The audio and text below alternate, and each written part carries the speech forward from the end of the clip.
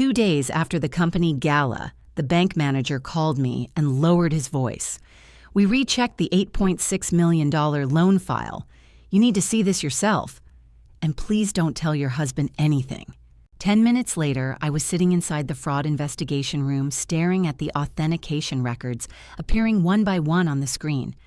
Someone had used my identity to put the company I spent 30 years building at risk. But when the final security question appeared, I suddenly realized something terrifying. The person behind this wasn't a stranger. "I'm genuinely grateful you chose to spend your time here. Tell me in the comments, what city or country are you joining from today?" Every single answer means something to me. Note some elements of this story are fictional, built for depth and meaning. Names and settings are coincidental. The lessons, however, are entirely yours to take. On Monday morning, November 10th, 2025, the fabric swatches were spread across the kitchen table, like a second skin. 12 shades of burgundy, forest green, and deep navy. Each one a decision I had made with my hands before my mind caught up. I ran my fingers along the edge of the heaviest wool sample, feeling the weight of it the way it held its shape without apology. 22 stores, one online platform, 31 years of knowing exactly what a woman wants to feel like when she walks into a room. I had built every piece of this with my own hands. "You're doing that thing again," Daniel said from across the kitchen, pouring coffee into my mug without being asked. The steam curled up between us. "What thing?" Touching the fabric like it might disappear. I looked up at him. 62 years old, silver at the temples, still handsome in the way that men who never worried about being handsome tend to be. He set the mug beside my elbow and smiled the same smile from 20 years ago, the one that used to make me feel like everything was going to be fine. "It's the biggest season of the year," I said. "I'm allowed to be careful." "You're allowed to relax," he said. "You've done this before." "I do it every year because I don't relax." He laughed softly and picked up his newspaper. I turned back to the swatches. The navy was the strongest, saturated, confident, the kind of color that needed no explanation. I had already decided on it 3 weeks ago, but I kept returning to it the way you return to a decision you know is right just to feel certain one more time. The kitchen was quiet except for the sound of pages turning and the low hum of the refrigerator. This was the rhythm of our mornings. Me with my samples, him with his paper, the city waking up outside the window. I had loved this rhythm for 2 decades. There was comfort in its predictability. There was safety in knowing exactly what came next. "The gala is Friday." I said more to myself than to him. "I know." He didn't look up. "I want to finalize the supplier confirmation before I go in today." "You'll get it done," he said. "You always do." I picked up the navy swatch and held it to the morning light. The color deepened slightly, still perfect. I had sourced this fabric through a mill I'd worked with for 15 years, a partnership built on nothing more complicated than showing up and keeping my word every single time. I set the swatch down. I did not know that while I was thinking about color and thread count and the weight of wool against winter skin, someone else in that kitchen was thinking about something else entirely. I did not know that the phone call coming in 40 minutes would split my life cleanly into before and after. I picked up my coffee. It was still warm. I was 3 steps into my office when my personal cell rang. Not the company line, not my assistant's transfer. My personal number, the one I gave to fewer than 30 people in the world. The caller ID read Marcus Webb, First Continental Bank Fraud Division. I had never heard of Marcus Webb. I closed my office door before I answered. "Ms. Eleanor Voss." The voice was measured deliberately, calm, the voice of someone trained to deliver bad news without causing panic. Speaking. "My name is Marcus Webb. I'm a senior fraud investigator at First Continental Bank. I need to ask, are you somewhere private right now? Please don't put me on speaker." Something shifted in my chest. Not panic. Something colder and more precise. "I'm alone," I said. "Talk to me. We have a secured commercial loan application in process under your name using your company's assets as collateral. $8.6 million, scheduled to close in 7 days. A brief pause. "Our records show you've been in contact with the loan officer twice this week to confirm details." I walked to the window. 12 floors down the street moved normally, taxis, pedestrians, the city doing what cities do. I watched it without seeing it. I haven't signed any mortgage documents in 3 weeks, I said. I haven't spoken to anyone at your bank about any loan. Ms. Voss, there is also a wire transfer order attached to this application, $480,000 to be released upon closing. The destination is an LLC registered 6 weeks ago, Voss Capital Management, LLC incorporated in Delaware. That company doesn't exist. It does now, he said quietly. The registration documents carry your name and your social security number. I pressed 2 fingers against the cold glass of the window. Outside, nothing had changed. Inside, something fundamental had shifted quietly without announcement, the way the most important things always do. Mr. Webb, I said, how did whoever filed this application pass your identity verification? He hesitated just slightly. They answered all 4 security questions correctly, including the name of the restaurant where you had your first dinner with your husband and the address of your first apartment together. The street below blurred for a moment. I had never told anyone those answers. I had never written them down. They lived only in 2 places inside my memory and inside the memory of the man who had been standing in my kitchen 40 minutes ago, pouring coffee into my mug like he did every single morning. Mr. Webb. I said, my voice completely steady. Don't close anything. Don't move anything. I need to meet with you today. I was hoping you'd say that, he said. The fraud department meeting room had no windows. That was the first thing I noticed, a room designed so that whoever sat inside it had nowhere to look except at the truth in front of them. Marcus Webb was younger than his voice suggested. Early 40s, wire-rimmed glasses, a white shirt with the sleeves already rolled up at 9:30 in the morning. He had the focused, unhurried manner of someone who had seen enough financial crime to stop being surprised by it. He opened a folder and slid a single printed page across the table toward me. This is the authentication log, he said. Every interaction your impersonator had with our system time-stamped and recorded. I want to walk you through it. I pulled the page closer. 4 security questions, 4 correct answers, timestamps showing the responses were given without hesitation under 3 seconds each. Question 1, Marcus said. Name of the restaurant where account holder had their first dinner with spouse. Answer given Bellini's on West 54th. Correct. Question 2. Address of account holder's first shared residence with spouse. Answer given 4 Birchwood Lane, apartment 2C. Also correct. An address I had not thought about in 15 years. Question 3.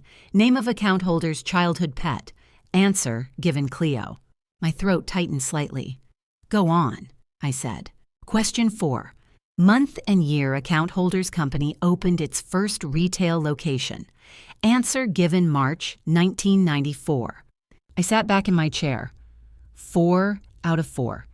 The kind of information that doesn't exist in any database, any public record, any document that could be stolen or hacked. The kind of information that lives only in the private geography of a shared life. This wasn't a hacker, I said. No, Marcus confirmed. Whoever did this didn't need to break into anything. They already had the keys. He folded his hands on the table. Ms. Voss, in my experience, when someone can answer questions like these, they fall into a very small category of people. People who know you, I said. People who know you intimately, he said, and who have known you for a long time. I looked down at the authentication log. Bellini's on West 54th. That was our 3rd date, not our first. Daniel had always gotten that wrong, told the story with the wrong restaurant for years, and I had never corrected him because it didn't matter. It didn't matter until right now, when the person filing a fraudulent $8.6 million mortgage application got the same detail wrong in exactly the same way. I folded the paper once and set it down. I need a copy of this log, I said, certified, time-stamped, through your legal department. Marcus was already reaching for another folder. I had it prepared before you arrived, he said. I sat in my car for 11 minutes before I turned off the engine. The house looked exactly the same as it did this morning. Same front door, same potted boxwoods on either side of the steps, same curtains in the upstairs window. Everything exactly where it was supposed to be, and none of it what I had believed it to be 3 hours ago. Inside that house, Daniel was probably making lunch. That was his habit on Mondays. Something simple, something that smelled good, some small domestic gesture that I had accepted for 20 years as evidence of a life well shared. I thought about my 3 options with the same methodical clarity I used to think about quarterly projections. Option 1, walk in and confront him directly. Tell him what I knew. Watch him deny it. Reframe it, turn it into a conversation about my stress levels and the pressure of the holiday season. I had no signed documents yet, no chain of custody, no certified copies in hand. I would be handing him the advantage at the moment he was most prepared to use it. Option 2, leave. Pack what I needed, go to a hotel, call my lawyer in the morning. Safe for me. Catastrophic for the company. The moment I disappeared, whatever was already in motion would accelerate without me there to slow it. Option 3. I opened the Deal Journal app on my phone, a habit I had built 8 years ago, logging every significant conversation and decision with a timestamp and a note. 43,000 entries. Every negotiation, every handshake, every moment I needed to remember exactly as it happened. I started a new entry. Day 1. Secured commercial loan application $8.6 million. Wire transfer order $480,000. Destination Voss Capital Management, LLC, Delaware. Fraud officer Marcus Webb, First Continental Bank. Authentication log certified copy in bag. Security questions answered correctly by someone with intimate knowledge of shared history. Detail noted restaurant error consistent with Daniel's version, not mine. I typed for 4 minutes without stopping. Then I locked the phone, put it in my bag, and looked at the front door one more time. Option 3 meant walking in there and becoming exactly what he apparently wanted. The world to believe I was distracted, uncertain, a woman whose grip on things was loosening. It meant performing that version of myself with enough consistency to make him feel safe. It meant letting him believe he was winning every single day until the moment I decided he was done. It was the hardest option. It was also the only one that ended with me still standing at the end. I opened the car door. When I stepped into the house, Daniel looked up from the kitchen and smiled warmly. "You're back early. Is everything okay?" I let my shoulders drop just slightly, the smallest, most deliberate gesture of tiredness. "Long morning," I said. "I think I might be coming down with something." His smile didn't change, but his eyes did just for a fraction of a second, and in that fraction, I saw something I recognized from 20 years of reading people across negotiating tables. Relief. That was his first mistake. I told Daniel I needed fresh air. He offered to come with me. I said I preferred to walk alone, that the quiet would help. He nodded with exactly the kind of understanding expression that 24 hours ago I would have called kindness. I took 3 buses to get to the coffee shop, not because it was faster, because it was untraceable.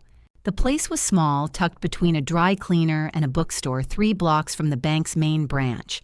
No cameras facing the corner table. I had checked on my way in. Old habit from years of meeting suppliers who needed discretion. You learn to read a room before you sit down in it. Marcus was already there when I arrived. He had chosen seats with their backs to the wall. I appreciated that about him without saying so. "Before we start," I said, sitting down, "I need to understand something. Why did you call me directly instead of following your standard protocol, a fraud case this size? Your compliance team should have been the first call, not me." Marcus wrapped both hands around his coffee cup. "Because standard protocol in a case like this goes through the relationship manager assigned to the account first, and the RM on your account is the one who processed the application." I looked at him. He bypassed verification. He logged it as pre-verified. VIP client notation. It's a flag that senior RMs have access to, meant for high-frequency clients who've already been through enhanced verification recently. He paused. "It's not supposed to be used to skip steps entirely, but it can be." "It was," he said. "Which means we have 2 problems. The fraudulent application itself, and someone inside the bank who made it easier." Chain of custody, the legal term for an unbroken documented record of evidence, from the moment it's collected to the moment it's presented in court. Every piece of evidence must be logged, time-stamped, and handled in a way that proves it hasn't been altered or tampered with. Without it, even the clearest proof can be challenged and dismissed. Marcus explained it without condescension, which I respected. Every log, every voice print sample, every IP address and timestamp would be routed through the bank's legal department, creating an independent record that no one, including anyone inside the bank, could quietly adjust. I signed the authorization form he slid across the table. My handwriting was perfectly steady. "There's one more thing," Marcus said. He reached into his jacket and produced a folded piece of paper. "This is a preliminary technical summary. I wanted you to see it in person rather than in writing." He opened it and turned it toward me. The OTP, the one-time password used to authenticate my identity during the loan application process, had been redirected. Not intercepted from outside, redirected from within. The change had been made 3 weeks ago from a device registered to a corporate network. My corporate network. Someone with administrative access to your company's IT systems made this change, Marcus said carefully. I picked up the paper, read it twice, set it down. "Who has admin access?" he asked. I already knew the answer. The question was which of 3 people had been asked and which one had said yes. Daniel left at 7:15. "A friend's birthday dinner," he said. He kissed my cheek on the way out, a gesture so practiced it had become invisible, and told me not to wait up. I waited until I heard his car pull out of the driveway. Then I went to my home office, locked the door, and unrolled a sheet of blank drafting paper across the desk. This was how I had built the company.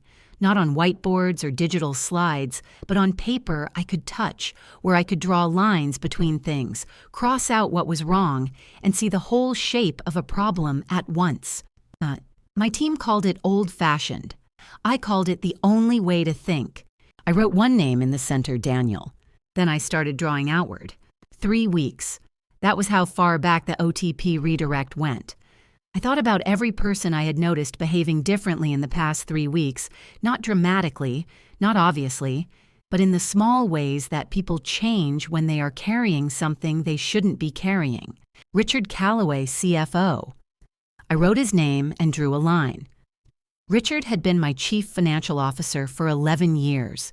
In the last 2 weeks, he had twice rescheduled our standing Monday morning meeting, something he had never done before. When I asked why, he said quarter close was heavier than usual. Possible. Also convenient. Owen Parker, IT Director. Another line. Owen had requested 3 days of personal leave last week with less than 24 hours notice. He was 26 years into his career and had never once taken unplanned leave. When I approved it, he thanked me without making eye contact. Sandra Reyes, VP Communications, a longer line with a question mark. Sandra had been staying late, not unusual during pre-season, but the lights in her office had been on past 10 on 3 separate nights in the last 2 weeks. She hadn't logged any of those hours in the system. Thomas Hayward, Corporate Secretary. I wrote his name and immediately drew a box around it. Thomas had been actively avoiding me, not subtly, visibly. He had taken a different elevator on 2 occasions when he saw me waiting. At the last board briefing, he had sat at the opposite end of the table from where he normally sat. And then there was James Whitfield, flagship store manager. I had known James for 12 years. He had been with me when we opened the first store, had helped me carry furniture in at 6 in the morning because we couldn't afford movers. He had been cold and distant for 2 full weeks. I had filed it under stress and pre-season pressure and moved on. I looked at all 5 names radiating out from Daniel's. I thought about which of them had been approached first, which of them had agreed immediately, which of them maybe had not fully understood what they were agreeing to. I circled James's name with a separate color. Something about his coldness felt different from the others, less like guilt, more like someone trying very hard not to look at something they had already seen. The performance began at 9:15 on Tuesday morning. I had rehearsed it the night before, not the words, but the quality of hesitation. The specific texture of a pause that was just slightly too long. The way a person looks at a whiteboard when they are reading something they should already know. The holiday season planning meeting had 12 people in it. I sat at the head of the table the way I always did, with my agenda printed and my notes in order. Everything normal, everything exactly as expected. Sandra had prepared the color presentation. She clicked through the slides with her usual efficiency: launch dates, inventory targets, the regional breakdown for all 22 stores. I followed along, asking the right questions at the right times. And then midway through slide 7, I stopped. I looked at the board, let the silence stretch by exactly 2 seconds longer than it should have. "I'm sorry," I said. "Which colorway are we talking about for the Northeast region?" Sandra blinked. "The navy and burgundy split, same as we discussed last Thursday." "Right," I said. "Of course." I wrote something on my notepad that meant nothing. Across the table, 2 people exchanged a glance. I caught it without looking directly at them. That was the point. The door opened 12 minutes later. Daniel stepped in carrying 2 coffees, one for himself, one apparently for no one, since I already had mine.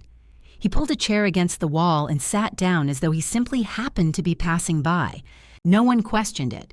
He had done this before, occasionally the supportive husband present, but unobtrusive. The room accepted him the way rooms accept people who move through them with enough confidence. 20 minutes later, I paused again over a fabric delivery timeline. "Wait," I said, pressing 2 fingers to my temple. "Is this the revised schedule or the original, "Revised," said Richard without looking up from his laptop. Daniel leaned forward slightly in his chair. Then he stood, walked to my end of the table, and placed one hand lightly on my shoulder. "Maybe we should take a short break," he said to the room, not to me. His voice was warm with concern, the kind of warmth that performs best in front of an audience. "Eleanor has been pushing hard this season."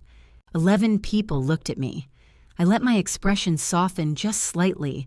Not gratitude, just tiredness. Just a woman who might possibly need the break her husband was offering. 5 minutes, I said. As people filtered out, Daniel stayed close. "You okay?" he murmured. "I'm fine," I said quietly. "Just tired." He squeezed my shoulder once and smiled, and this time I saw what the smile was actually doing. It wasn't reassurance. It was punctuation. A small satisfied period at the end of a sentence he had been writing for weeks. I picked up my pen. In the margin of my printed agenda, where no one could see it, I wrote the time 9:47 a.m. witness count 11. His words, "pushing hard this season." Every word he said in front of witnesses was now evidence. The bathroom on the 12th floor had a single occupancy lock and a ventilation fan loud enough to cover a conversation. I had learned this years ago during a particularly difficult negotiation when I needed 30 seconds of genuine privacy in the middle of a 12-hour day. I turned on the tap, turned on the fan, and called Martin Hayes on my personal phone. Martin was 63 years old and ran a textile mill 2 hours outside the city, the same mill his father had built, and that Martin had expanded to supply mid to high-end fashion brands along the East Coast. We had worked together for 15 years. I had given him his first major contract when he was still operating out of a building that leaked in the rain, and he had never once been late on a delivery or short on quality. He answered on the second ring. "Eleanor, this is a surprise I usually hear from your office line." "I know," I said. "I'm calling from my personal cell today. Martin, I need a favor, and I need you not to ask me why yet. Can you pull the original contract we signed this season, the one from August, and send me a scan?" A pause, longer than it should have been for a simple request. "You mean the one before the addendum," he said. Something went very still inside me. What addendum? Another pause. "The supplementary terms that came through about 3 weeks ago, from your office. I assumed you had approved them. The email came from your company domain, and Richard Calloway's name was on the cover note. Richard, my CFO, whose name had been on a cover note for a contract modification I had never seen, never approved, and never been told about. "Martin," I said carefully, "can you send me both documents, the original and the addendum? Send them to my personal email, not the company address." "Eleanor," his voice dropped slightly, "is everything all right?" "I just want to do a routine cross-check before the season starts," I said. "You know how I am." "I do know how you are," he said, "which is exactly why I'm going to send these to your personal email right now and not ask any more questions until you're ready to answer them." That was Martin Hayes. In 15 years, he never needed the full picture to know which direction to stand in. "One more thing," I said. "Did anyone contact you recently about a potential new supply arrangement outside of our existing contract?" The pause this time was the longest yet. "Someone reached out 4 weeks ago," he said. "I haven't responded. I wanted to talk to you first, but I wasn't sure how to bring it up." I looked at myself in the mirror above the sink. 59 years old hair, still sharp eyes, still clear. A woman who had been in the middle of something for weeks without knowing it. "I'll call you back in a few days," I said. "Keep the original contract somewhere safe, somewhere physical." "Already done," he said quietly. I hung up. The tap was still running. I parked 3 blocks from the office and stayed in the car. Marcus had messaged me at 7:48 in the morning through the encrypted app he had recommended during our meeting, a platform used by financial investigators and legal teams for exactly this kind of communication. End-to-end encrypted. No metadata, stored no record on either device after deletion. He had sent 3 screenshots. The first showed a system log from my company's IT infrastructure, a change made to the OTP routing rules for my personal authentication credentials. The change had been entered 22 days ago at 11:14 p.m. on a Thursday. The entry ID matched an administrative account with full system access. OTP redirect active. Primary device Eleanor Voss personal cell. Secondary device near device ID external unregistered. Redirect rule simultaneous delivery to both devices. Authorization tag IT-SEC-AUDIT-09. The second screenshot showed the email chain authorizing the change. The request had come from an internal company email address, not mine, not IT's, but from an account I recognized immediately. The language was confident, technical, and completely convincing a routine security enhancement to ensure continuity of authentication during executive travel periods. The third screenshot was the part that made me put the phone down for a moment. The unregistered external device receiving my OTPs had first connected to our system 25 days ago, 2 days before the loan application process began. Whoever had set this up had done it in the right order. Get the authentication redirect in place first, then start the paperwork. I picked the phone back up and typed to Marcus, who submitted the IT authorization request. His reply came in 40 seconds. The email originated from a company account registered to your husband. He has a company email address listed as Strategic Advisor in your directory. I stared at that for a long moment. Daniel had a company email. I had given it to him 4 years ago, a small thing, a convenience, so he could be copied on certain supplier communications when I was traveling. I had not thought about it in years. I had not thought about it because it had never seemed like anything more than what it was, except that it was also apparently an internal credential that an IT administrator would have no reason to question when it arrived with a technically worded request. I typed back the IT administrator who made the change. "Do you have a name?" "Not yet, working on it." "But the device that received the redirect, we have a location ping from the night of the application. It was inside your office building. Someone had sat inside my building, possibly inside my own company, and received my authentication codes in real time while filing a fraudulent mortgage application in my name." I looked out through the windshield at the ordinary street ahead of me. People walking to work, a delivery truck idling at the curb, the city moving through its morning without any awareness of what was being dismantled inside it. I had 3 people on my IT admin list. I needed to figure out which one had received that email and decided for whatever reason to say yes. Catherine Marsh had been my corporate attorney for 14 years. She was 61 precise and had the rare quality of listening to a full situation before saying anything at all. I had chosen her originally because she asked better questions than anyone else I had interviewed. I had stayed with her because she had never once told me what I wanted to hear, when what I needed to hear was something different. I took a taxi to her office. I left my company phone in my desk drawer at work. She listened to everything without interrupting. When I finished, she was quiet for almost 30 seconds, which from Catherine was the equivalent of anyone else's visible alarm. "You understand," she said, "that what you're describing is coordinated financial fraud identity, theft bank fraud, and possible conspiracy to commit corporate takeover through fraudulent misrepresentation." "I understand," I said. "And you want to handle this through documentation before confrontation." "I want to handle this through documentation instead of confrontation," I said.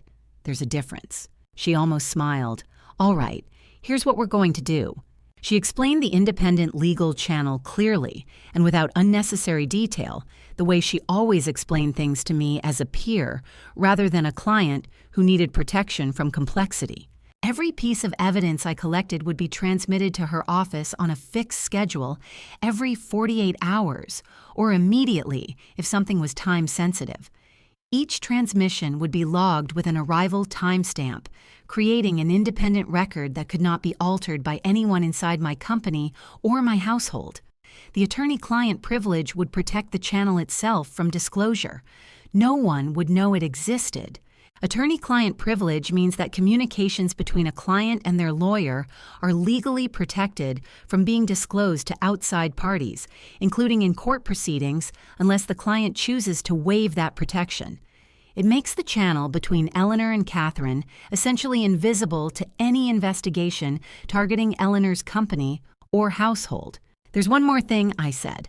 "I need a commercial kill switch prepared, not activated prepared." Catherine looked at me. "Define the parameters."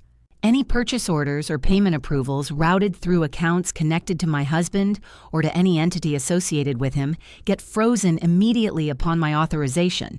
No override capability except mine countersigned by you." She wrote for a moment. "That can be structured as an emergency protective measure under your CEO authority.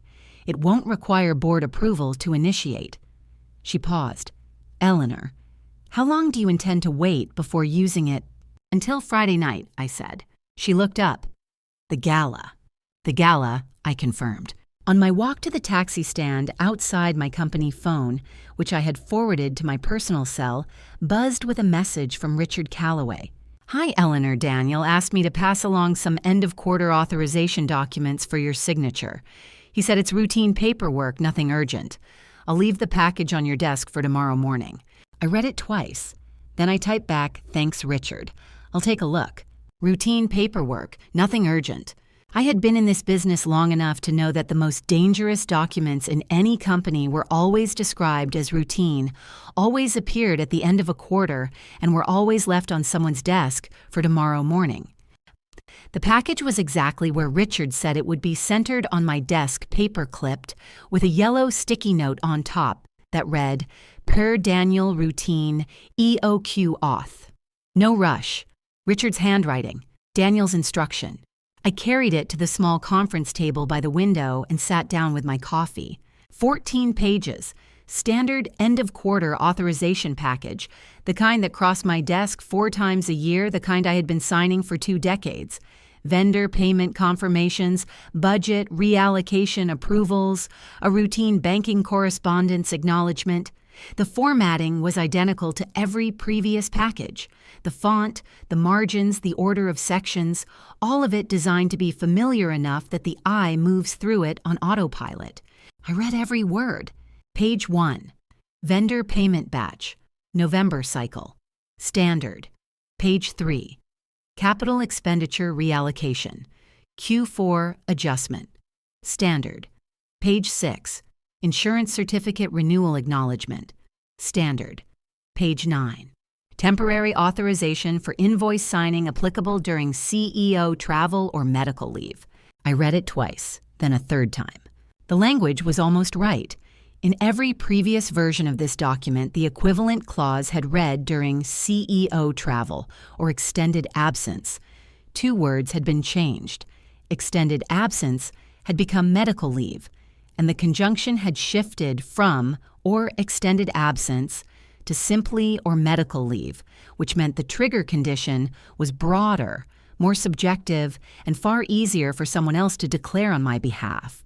1 word, medical. placed at page 9 in a 14-page package delivered on a Thursday morning after I had spent 2 days publicly appearing distracted and tired. I thought about the 11 people in that meeting room on Tuesday. I thought about Daniel's hand on my shoulder. I thought about how carefully that moment had been constructed. Richard appeared in my doorway at 9:40. "Morning. Did you get a chance to look at the package?" "Just finishing up," I said. I picked up my pen. I signed each page where indicated. On page 9, I signed with my standard signature, but with one small deviation I had developed 12 years ago during a period when a former business partner had been forging my name on supply agreements. A single loop in the second letter tightened by exactly 1 millimeter, invisible to anyone who wasn't looking for it, unmistakable to anyone who was. Richard collected the pages and straightened them against the table. He looked relieved in the way people look when they have completed a task they were uncomfortable carrying. "Richard," I said, keeping my voice completely neutral, "how long have you worked with me?" He looked up. 11 years. "In 11 years have I ever missed a quarterly review meeting without giving you 24 hours notice?" He was quiet for a moment. "No," he said slowly. "Thank you," I said. "That's all." He left. I looked at the window. He hadn't understood the question yet, but he would. I went to get water at 12:15. I almost never did. My assistant kept a bottle on my desk. But I had noticed over the years that the pantry was where the real information lived in any company. Not in meeting rooms, not in memos. In the 30-second conversations people had when they thought no one important was listening. 2 women from the buying team were at the counter when I pushed the door open. They had their backs to me. The refrigerator was between us. "Did you notice in the meeting Tuesday she lost her place twice?" I noticed. And she asked about the colorway like she hadn't been in the room last Thursday. A brief pause. The sound of a lid being unscrewed. I mean, it's understandable. She's been doing this for 30 years. At some point what? I'm just saying. My aunt went through the same thing around that age. It sneaks up on you, and the stress of the season on top of it. I stood very still. The refrigerator hummed between us. "Daniel seems worried," the first voice said. "Did you see him come into the meeting? He barely left her side." "He's sweet. She's lucky he's so patient." I reached past the refrigerator door, took a bottle of water, and turned around. Both women startled slightly when they saw me. I smiled at them, the same warm, slightly distracted smile I had been practicing for 2 days, and said, "Good morning," even though it was past noon. Neither of them said anything as I left. In the hallway, I counted to 3. The narrative was already running, not through press releases or official channels, through exactly this. 2 people at a refrigerator filling in the gaps with the most available explanation. The most available explanation for a 59-year-old woman who seemed distracted and had a concerned husband was not fraud. It was biology. It was age. It was the story that required the least imagination and confirmed what people were already half prepared to believe. I had underestimated how quickly it would move. At the end of the hallway, Sandra Reyes was standing outside her office door. She was holding a legal pad and a pen. When our eyes met, she looked down immediately. Not the casual look away of someone distracted, but the deliberate avoidance of someone who'd been watching and didn't want to be caught doing it. She made a note on her legal pad. I kept walking. My face gave nothing away. But I was thinking about the name of that file I had seen on her screen 3 days ago, the one I hadn't been meant to see. CEO_transition_statement_draft_V3. 3 drafts. Which meant this had been in planning long enough to require revision. Which meant someone had been working on it before the pantry conversation started, before the meeting on Tuesday, before Daniel put his hand on my shoulder in front of 11 witnesses. The narrative hadn't started this week. It had been written in advance and was now simply being performed. Sandra's office was on the 11th floor, 1 level below mine, a glass-fronted room she kept meticulously organized, every surface clear, except for whatever she was currently working on. She was a good VP of communications, possibly the best I had ever hired. She understood instinctively that the story you told about something mattered as much as the thing itself. I was beginning to appreciate in a new and unpleasant way exactly how good she was. I knocked on the open door at 2:30. "Sandra, do you have 5 minutes? I wanted to look at the holiday press release draft before it goes out." She looked up from her laptop. A half second of something not guilt, exactly more like recalibration, and then her professional composure closed over it completely. "Of course. Come in." She angled the laptop slightly toward me and opened a folder. While she navigated to the holiday release file, I watched the taskbar at the bottom of her screen, the way I had learned to watch people's hands during negotiations, not staring, just present, aware. 3 windows were minimized: email, a spreadsheet, and a document whose title was visible in the taskbar for exactly the 2 seconds it took Sandra to click past it. CEO _transition _statement _draft _v3.docx. Not press release, not announcement, not statement from leadership. Transition, a word that implied something already in motion, a word chosen by someone who believed the outcome was already decided and needed only to be communicated. Sandra pulled up the holiday release and walked me through the Key Point Store Hours online promotions, the regional event schedule. I asked 2 questions, made 1 small suggestion about the opening paragraph, and thanked her for her work. "This looks strong," I said, handing the printed draft back. "You always get the tone exactly right." She smiled a real smile, the reflexive pleasure of someone receiving genuine recognition. "Thank you. I'll have the final version to you by end of day Friday." "Perfect," I said. I walked back to the elevator. Inside alone, I let out a slow breath through my nose.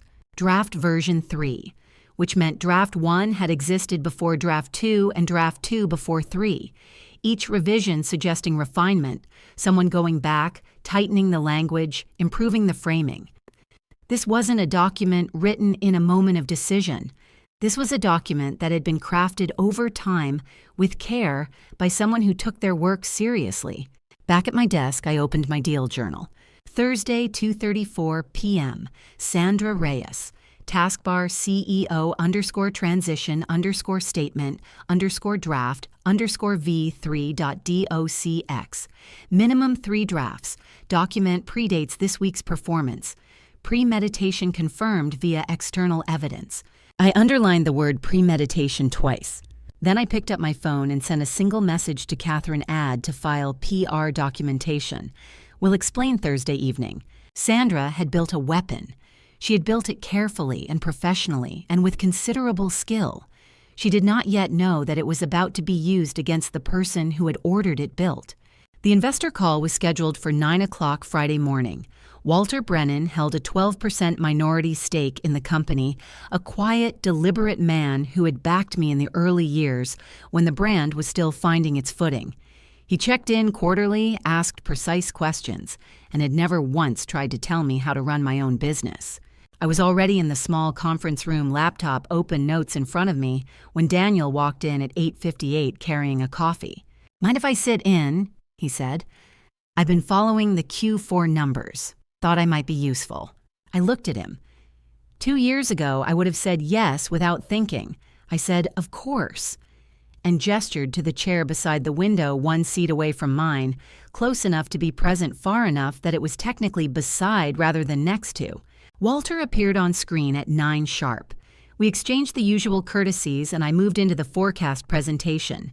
Holiday revenue projection inventory positioning the online platform numbers. I knew these figures the way I knew my own address without effort, without hesitation. I was midway through the regional breakdown when Daniel leaned slightly forward. "Walter, if I could add something briefly." His voice was easy, conversational. "We're also looking at some strategic adjustments over the coming months. Eleanor's health has been a priority for us recently, and we want to make sure the transition into the new year reflects that." Walter's expression shifted almost imperceptibly on the screen. I kept my eyes on the camera. "What Daniel means," I said without pausing, "is that we're planning a strong transition into our spring collection, which I'll be presenting at the gala Friday evening. Walter, the Northeast numbers I mentioned. Let me pull up the breakdown by store tier." I continued the presentation without stopping. 18 more minutes. Every number correct. Every projection supported. When we ended the call, Walter said, Strong quarter Eleanor. Looking forward to Friday. After the screen went dark, I closed my laptop. Don't do that again, I said. Daniel looked at me with an expression of measured patience. I was trying to help. You introduced the word health into a conversation with a minority shareholder. Without my knowledge, without my authorization, and without any factual basis. Eleanor, he set down his coffee. You've been forgetting things. People have noticed. I'm trying to get ahead of the narrative before it becomes a problem. The narrative, I said, is mine to manage. He looked at me for a long moment, the look of a man recalibrating, deciding how much to push. Then, you're being oversensitive. That's another sign, actually. The emotional volatility. Thank you for the coffee, I said. I have calls to make. He left. I sat alone in the small conference room and wrote 4 words in my deal journal. Health. Adjustments. Transition. Oversensitive. 4 words, 1 witness myself. But Walter Brennan had heard 3 of them, and Walter Brennan had a very good memory. Marcus called at 3:47.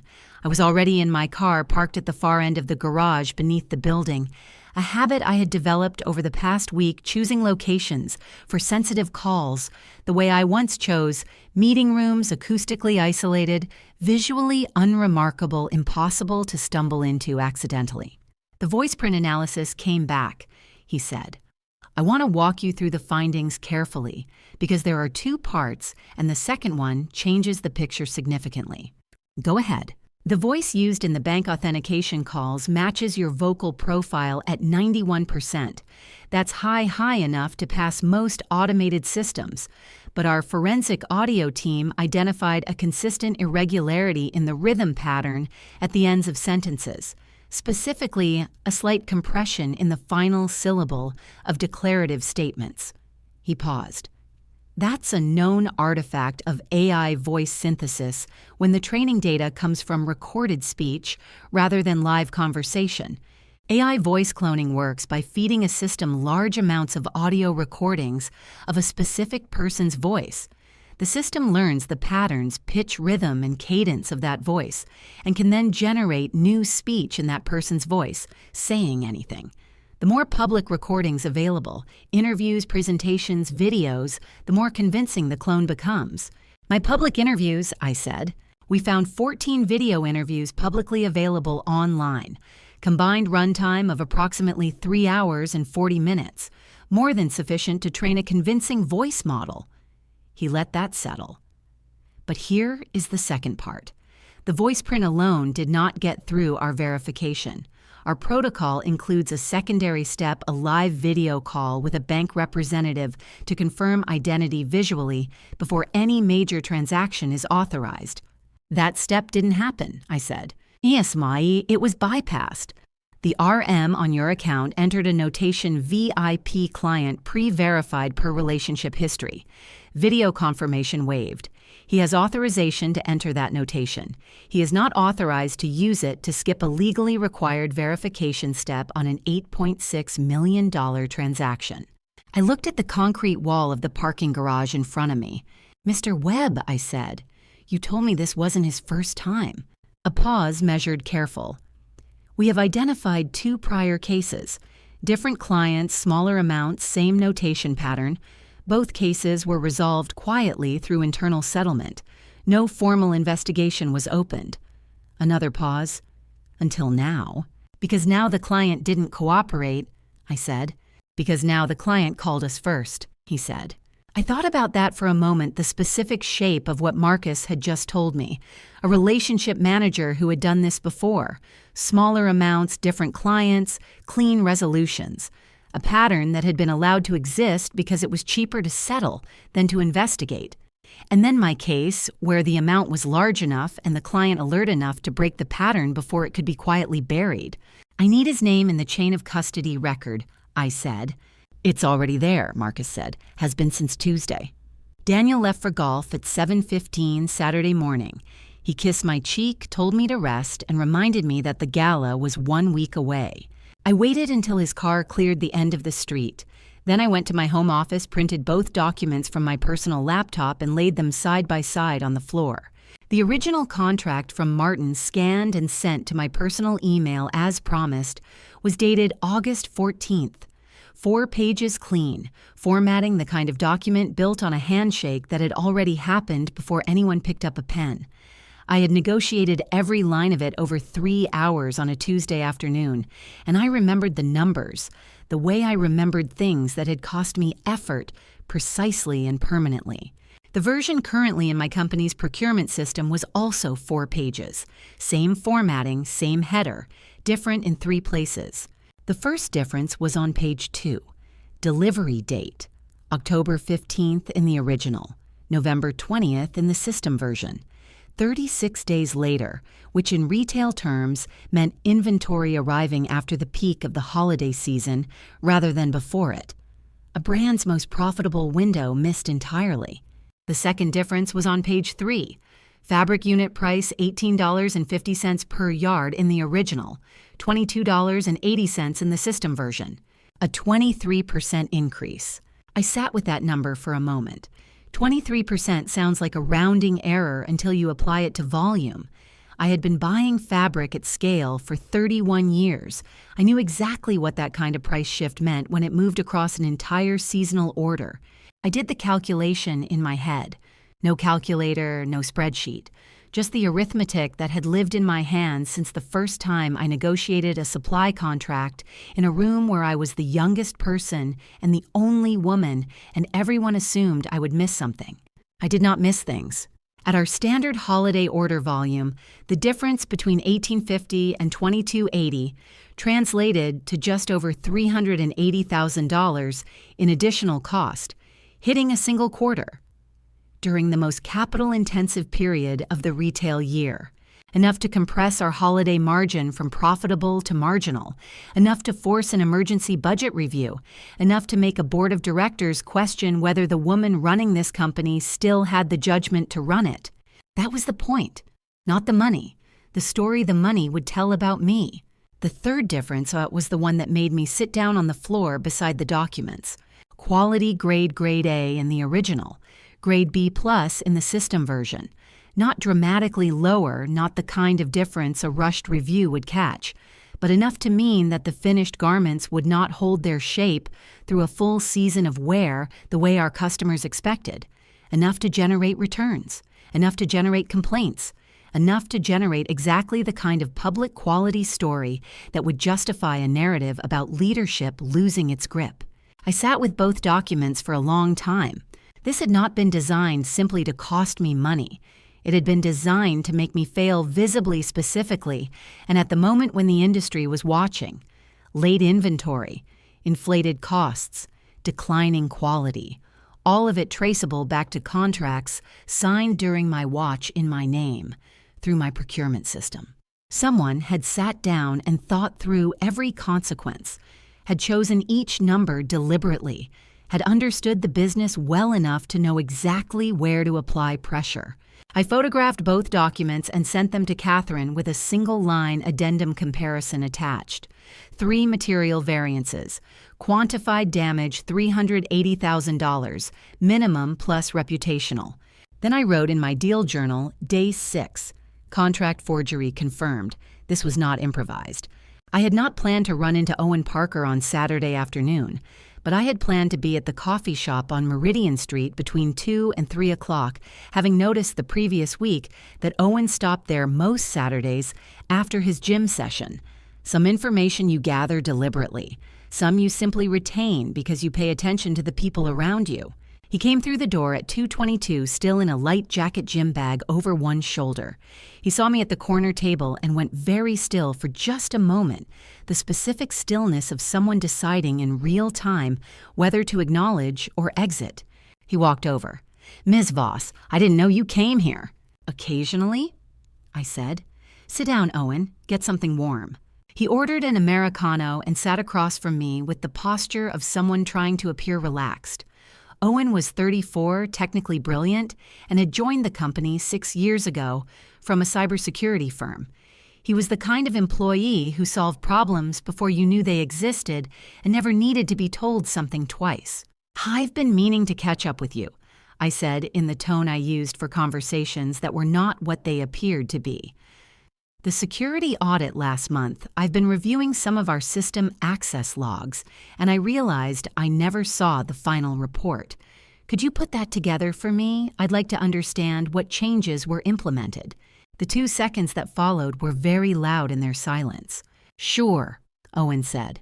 I can have that on your desk Monday morning. That would be helpful. I took a sip of my coffee. I'm particularly interested in any changes to authentication routing, OTP configurations, email forwarding rules, that kind of thing. Just want to make sure I have a clear picture of our current security posture. Owen's jaw moved slightly, the micro-expression of someone processing information they were not prepared to process in public. He looked at his coffee, looked at me, looked at his coffee again. I'll put together a full summary, he said. Thank you. I asked about his weekend. He answered in short sentences. We talked for 8 minutes about nothing important, and then I said I had calls to make and gathered my things. He stood when I stood. And as I was turning to leave, he said, Ms. Voss. I looked back. Are you? He stopped, started again. Is everything okay with you, I mean? It was not the question Daniel's allies asked. It was not the careful, performance-ready concern of someone executing a plan. It was the question of a person who had recently understood something about their own position in a situation and was not entirely comfortable with what they had found. I'm fine, Owen, I said. I'll see you Monday. I walked out. Behind me, he sat back down and did not pick up his coffee for a long time. Sunday morning arrived with the particular quiet of a house where 2 people are performing their versions of ordinary life for each other. Daniel made breakfast. Eggs toast, fresh squeezed orange juice, the kind of effort that in our early years had meant something. I sat at the kitchen table with my hands around a mug and watched him move around the space with the ease of someone who had already made peace with a decision. He brought the plates to the table and sat across from me. We ate for a few minutes without speaking. The Sunday paper was folded beside his plate, unread, unusual for him. I've been thinking, he said, about what we talked about the other day. I looked up, about stepping back a little, taking some weight off. He set his fork down. I spoke with 2 of the board members this week informally, just checking in. There's a lot of support for a transitional arrangement. A few weeks, maybe a month. You'd still be involved, just not carrying everything alone. 20 years. I thought about the first store the second the night we stayed up until 4 a.m, rewriting a supplier contract because neither of us was willing to accept terms we didn't believe in. I thought about what it costs to build something and what it costs to watch someone calculate its price. Who would manage operations? I asked. I'd step in temporarily, with Richard handling the financial side. He said it smoothly, as if the answer were obvious, as if the arrangement had not already been decided long before this conversation. Just until you're feeling more like yourself. I looked at him across the table. The man I had chosen. The man I had believed for a very long time was choosing me back. Let me think about it, I said. Something moved through his expression. Relief again, but faster this time. More urgent. He covered it with a smile and picked up his fork. Take all the time you need, he said. But his eyes went to his phone face down on the table just for a second. A glance so brief it was almost nothing. Almost. In 20 years of negotiations, I had learned that the moment a counterparty checks their phone after you give them a non-answer is the moment you know someone else is waiting on their answer. Someone who was expecting confirmation by now and wasn't getting it. I finished my breakfast. I told Daniel I was going to rest. Upstairs, I opened my deal journal day 7. Daniel confirmed board members contacted informally. Transition arrangement discussed without my knowledge or consent. He checked his phone at 9:18 a.m. after I said, "Let me think." Someone is waiting. One more day, then the gala. Then it ended on my terms, not his. The email arrived at 10:43 Sunday night, sent from an address I had never seen a string of random characters at a free provider domain, the kind of address generated specifically to be used once and abandoned. There was no subject line, no body text, only an attachment. I did not open it immediately. I sat and looked at it for 2 full minutes, thinking about the different categories of unexpected information and which one this was most likely to represent. A document sent anonymously at 10:40 on a Sunday night was either a trap, a warning, or a defection. And distinguishing between those 3 possibilities before acting was the difference between gaining an advantage and walking into one. I opened it on my personal laptop, disconnected from the home network with no cloud sync enabled. The attachment was a scanned photograph of a handwritten document, slightly angled, taken from above, as though someone had placed it on a desk and photographed it quickly without a scanner. The paper was standard letter size. The handwriting was precise and deliberate. At the top, post-acquisition equity distribution preliminary. Below that, a table. 3 names, all board members. Next to each name, a percentage figure. The numbers were not large individually, but combined, they represented a meaningful block of post-acquisition equity in whatever entity would own the brand after a completed takeover. A promise. A reason to vote yes. Post-acquisition equity means ownership shares in a company that are promised to certain individuals after a takeover or sale is completed. It's a common incentive used to secure cooperation from people whose approval is needed for the deal. In this case, board members whose votes would be required to formalize any change in company control. I photographed the screen with my personal phone and sent the image to Catherine with the message, "Anonymous attachment received tonight." 3 board members named. Do not act yet, verifying source first. Then I looked at the bottom of the scanned document. Below the table of names in the lower right corner was a small mark, not a signature, not an initial. A single asterisk written in a slightly different pen pressure from the rest of the document. The kind of mark a person makes unconsciously, a private annotation habit. I had seen that exact asterisk before. I was certain of it. I closed the laptop and sat in the dark trying to remember where.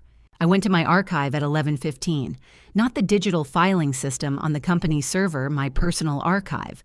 3 banker's boxes of printed board minutes and meeting notes that I had kept since the company's incorporation.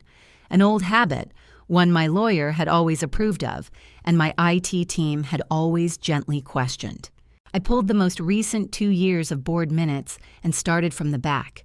The asterisk appeared in the 14th set of minutes I checked a quarterly board meeting from 8 months ago in the margin, beside a line item about vendor contract renewals, small, precise, with that same, slightly heavier downstroke on the right arm of the mark, Thomas Hayward's annotation.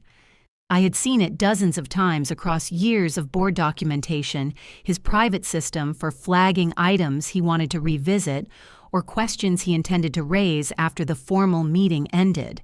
Thomas, corporate secretary, the man who had been visibly, almost aggressively avoiding me for 2 weeks. I sat back and held both pieces of information at once. Interpretation. Thomas was working with Daniel. He had access to board documents, meeting schedules, and the procedural mechanics of any formal vote. He could have been feeding information, preparing groundwork, and then at some point, for some reason, decided to send me the equity distribution document as a warning or a form of self-protection. Interpretation B. Thomas was not working with Daniel at all. The asterisk had been placed on the document by someone who knew Thomas's annotation style, someone who had access to enough board paperwork to replicate it convincingly.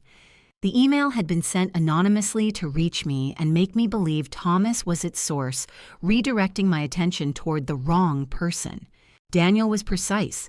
He had been precise about the security questions, about the audit timing, about the choice of which day to change the supplier addendum. A false flag, a deliberate misdirection using Thomas as the apparent source was exactly the kind of move a precise person made when they wanted someone to spend 3 days chasing the wrong thread.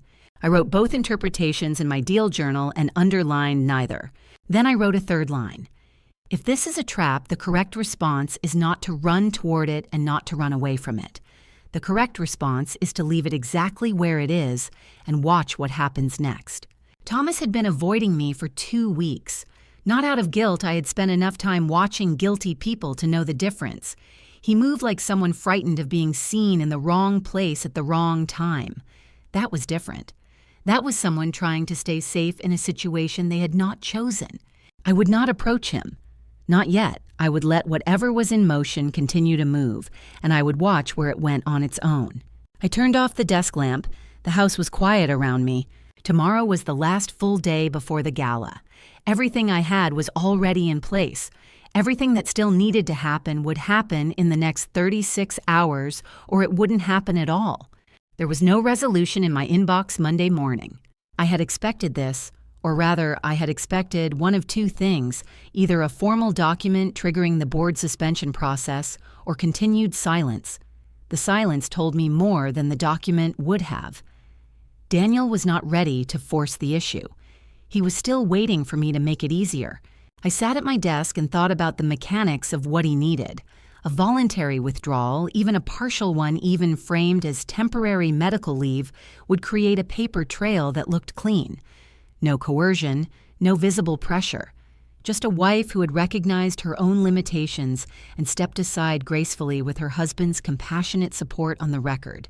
That story required my cooperation, and I had given him just enough ambiguity on Sunday morning to make him believe cooperation was coming.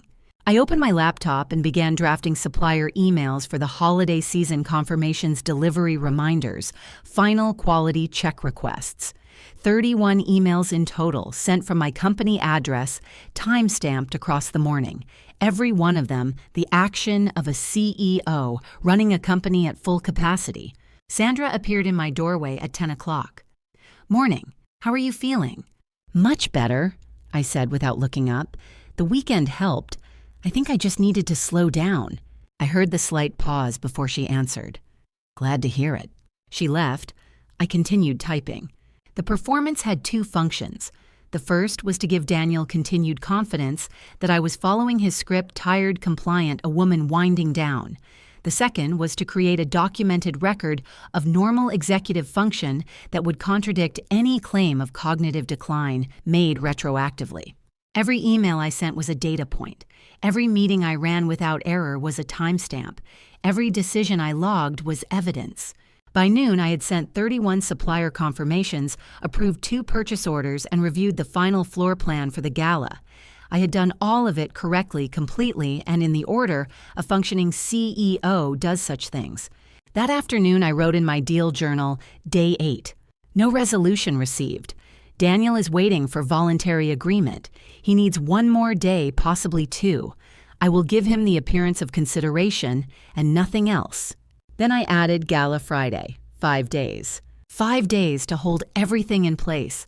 5 days of looking like a woman whose grip was loosening while keeping every finger exactly where it needed to be. I closed the journal and went back to my emails. Richard was alone at the far table when I walked in, eating a sandwich and reading something on his phone. I got a coffee from the machine and sat down across from him without asking. He looked up, slightly surprised. I did not usually do this. "Do you remember the 5th Street opening?" I said. He lowered his phone. 2009. We sat in my office until 11 at night going through the bank's loan terms, line by line. You found the prepayment penalty buried in Section 14. Saved us $60,000 over the life of the loan. Richard was quiet for a moment. "I remember. You were 29 years old," I said. "You had been with me for 4 months. You stayed until 11 o'clock because you thought it mattered to get it right." He set his sandwich down. I could see him recalibrating, trying to understand what kind of conversation this was. "The authorization package from last Thursday," I said. "Page 9, the clause about medical leave." His face changed. "I need you to tell me honestly," I said. "Did you read it before you passed it to me?" A long pause. "Daniel said it was routine. He said you had already reviewed the framework." "I had not reviewed any framework," I said. "I had not been consulted about any changes to the authorization language, and I need you, as someone who has worked with me for 11 years, to be willing to state that clearly." "Eleanor." His voice was low. "What's happening?" "I need you to answer my question first." He looked at the table, then at me.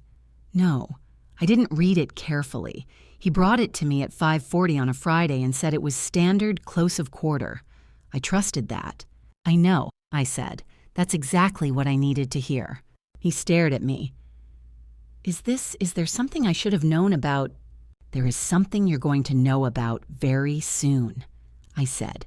When that moment comes, I need you to tell the truth about Thursday, not a version of it.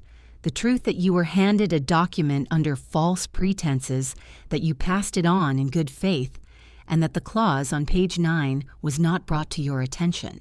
Richard was very still. Are you asking me to testify to something? I'm asking you to be the person you've been for 11 years, I said. That's all. I stood up, picked up my coffee, and left him sitting alone at the table with his sandwich untouched, and 11 years of his own integrity suddenly very present in the room. Owen knocked at 2:15 and closed the door behind him without being asked. He put a USB drive on the table between us and sat down. I pulled everything, he said. Every change made under the IT-SEC-AUDIT-09 tag. Authentication, routing, email, forwarding rules, admin access modifications. He pushed the drive slightly toward me. It's all on there. I didn't pick it up yet. Walk me through it. He folded his hands on the table, a gesture I recognized as someone organizing their conscience before speaking. 3 weeks ago, I received an email from Daniel's company account. It was technically detailed, formatted like an internal security directive, and it referenced an authorization code I had no reason to question. It asked me to implement OTP redirect rules and an email forwarding configuration as part of a routine executive travel security enhancement. And you did it. I did it the same day. He met my eyes. I have implemented dozens of requests like that. The language was correct. The authorization tag was valid. His account had internal credentials. There was nothing in the request that indicated it was anything other than what it said it was. I looked at him for a moment. 29 years old, 6 years at the company, technically the best person on my team. A man who had followed a procedure correctly and had no way of knowing the procedure was being used as a weapon. Owen, I said, I'm not interested in prosecuting someone who was deceived. I'm interested in documenting what actually happened. I picked up the USB. What I need from you is a written statement, clear, technical, specific, that describes what you were asked to do, what authorization you were given, and what changes you implemented. That statement gets added to my legal record. And in exchange, he said carefully, in exchange, when this is over, your record shows that you cooperated fully and immediately upon understanding the situation. I paused, which is what you're doing right now. He was quiet for a moment. There's one more thing on the drive. The email auto-forward, it's still active. Everything sent to your company address is being copied to an external account registered 3 weeks ago. He hesitated.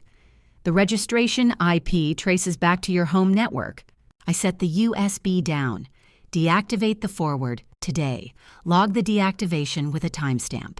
Already done, he said, 20 minutes ago. Thomas messaged me at 7:58 p.m. 4 words. Can we meet tonight? Not a question. The punctuation of someone who had already decided. I told him the parking structure on Clement Street, level 2, northeast corner, away from cameras, away from the building. He was there when I arrived, standing beside his car with his collar turned up despite the mild evening. The posture of someone who had been waiting long enough to get cold, regardless of the temperature. I couldn't sign it, he said before I had fully stopped walking. He held out a folder. I took it. Inside, a board resolution fully drafted, formally structured temporary suspension of his CEO authority pending, medical and cognitive assessment. Beneath it, a letter on medical stationery signed by a Dr. Paul Garrett. The letter described in precise clinical language symptoms consistent with early cognitive decline and hormonal-related emotional dysregulation. It was thorough. It was credible. It had been written by someone who knew the vocabulary well enough to make it convincing to anyone who didn't look too closely. Where did you get these? I said. Daniel gave them to me last Wednesday. He asked me to have them ready for a board vote this week. Thomas's voice was steady but thin, the voice of someone who had made a decision that cost them something.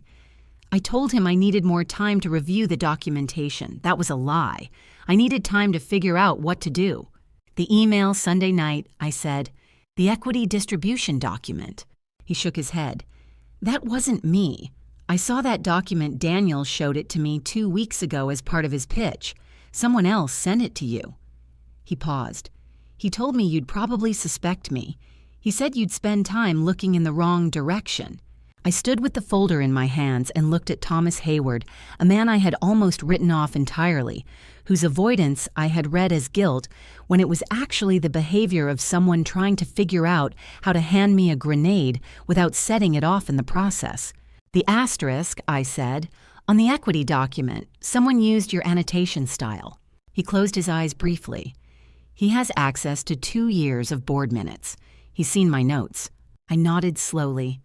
The false flag had been elegant use Thomas's own professional habits against him to make him appear complicit. Keep me looking at the corporate secretary while the real machinery ran elsewhere.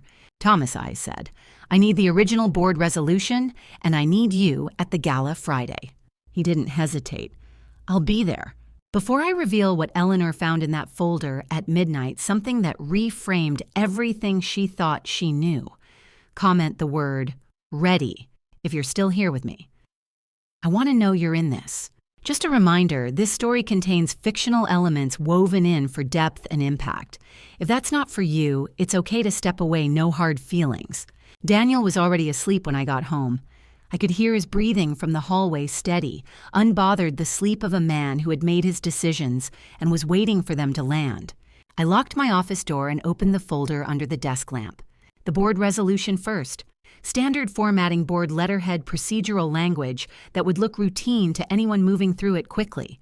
The triggering condition documented evidence of cognitive and emotional impairment affecting executive judgment. The interim authority transferred to the strategic advisor pending board ratification. Strategic advisor. The title I had given him 4 years ago as a courtesy because it seemed harmless at the time. Then the letter. Dr. Paul Garrett. Daniel's physician for 12 years. I had met the man twice, a quiet, precise person who had always struck me as deeply professional.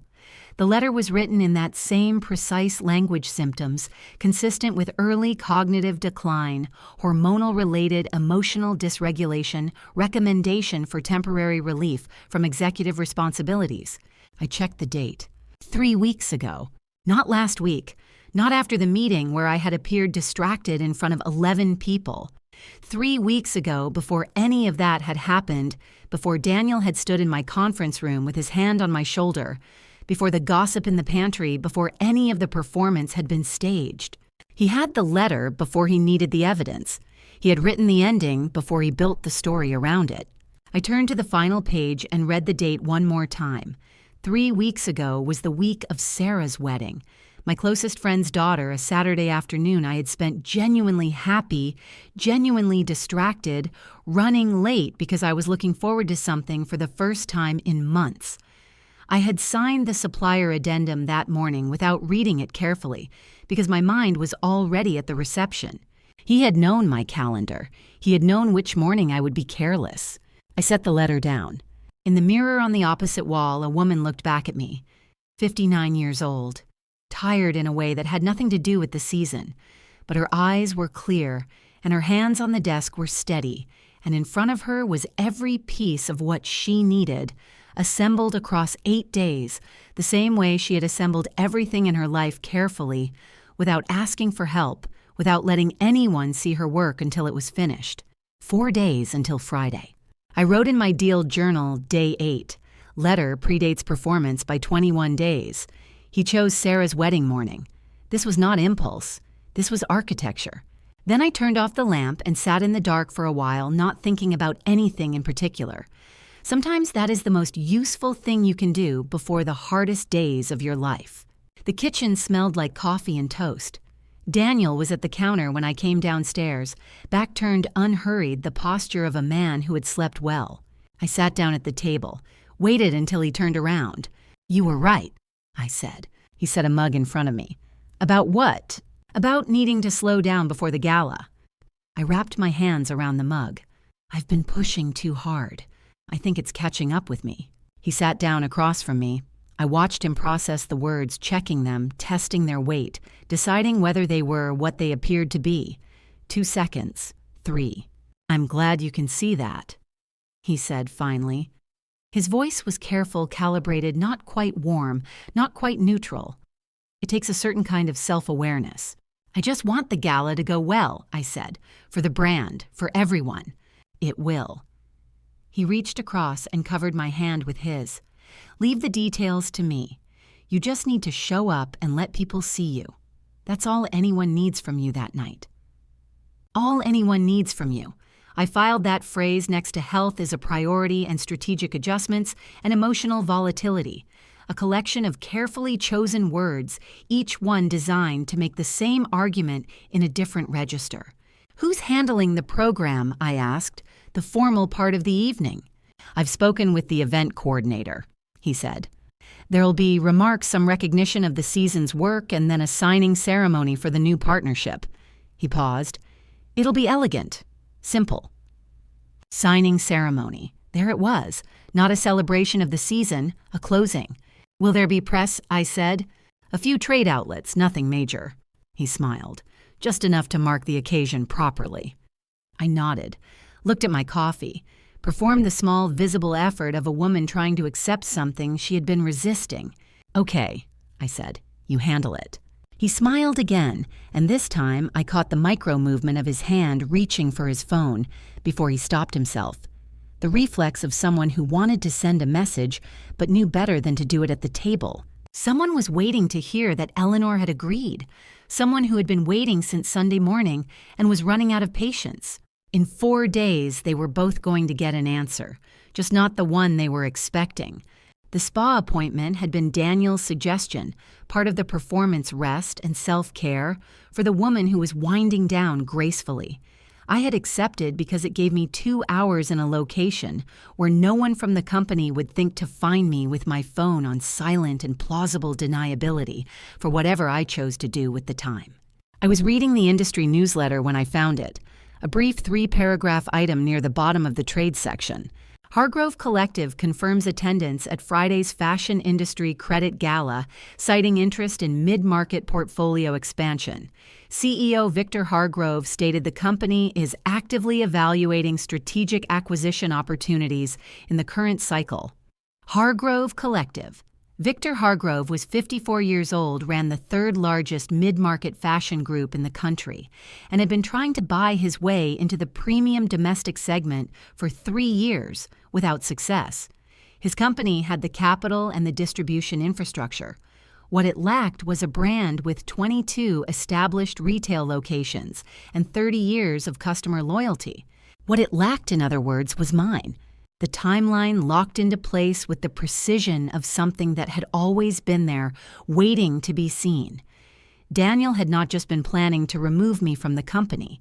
He had been planning to deliver the company to a specific buyer at a specific price at a specific moment, and the gala was the closing ceremony. The press would be there to document it. The board documents were ready. The medical narrative was in place. All that remained was the signature on the transfer. Except that the person whose signature they needed was sitting in a spa chair reading a trade newsletter, and she had spent the last 8 days making sure that when Friday came, there would be nothing left to sign. I took a screenshot of the newsletter item and opened my message thread with Catherine. 3 words accelerate everything. Friday. She replied in 40 seconds, understood, ready. I set the phone down and looked at the ceiling. Victor Hargrove would arrive at that gala expecting to leave with a company. He was going to leave with something else entirely, a very clear understanding of what happens when you try to buy something that isn't for sale. I had 4 days to make sure every piece was exactly where it needed to be. The mill smelled the same as it always had, cotton dust and machine oil and something underneath that I could never quite name, but had always associated with the particular satisfaction of things being made correctly. Martin was at the cutting table when I walked in. He looked up, and something in his expression settled the look of a man who had been waiting for a conversation he knew was coming. I put both contracts on the table in front of him without preamble, the original, the addendum, side by side. He looked at them for a long moment without speaking. Then the delivery date, the price, the grade. All three changed, I said, without my knowledge, without your agreement. He pulled the addendum closer and read the modification clause at the bottom, the legal language that made the changes appear to have been agreed upon by both parties. His jaw tightened. Someone came to the mill 4 weeks ago, he said. Hargrove's people. They offered 60% of next year's contract value up front if I would sign an exclusivity agreement before the end of this month. He looked up. I didn't sign. But Eleanor, I have debt coming due in 3 months, the kind of number that keeps a man up at night. I know, I said, and I can't match 60% up front. I want to be honest with you about that. He nodded slowly. What I can give you, I said, is this. I set the original contract on top of the addendum. 15 years of every delivery on time, every invoice paid within terms, every quality dispute resolved without lawyers. And the truth which is that if they take my company, they won't honor any agreement they made with you. You'll be a line item in a restructuring spreadsheet within 6 months. Martin was quiet for a long time. The machines ran in the back of the building. Outside, a truck was reversing through the loading dock. The original contract, he finally said, Grade A, October 15th, $18.50 a yard. That's the one I signed, I said.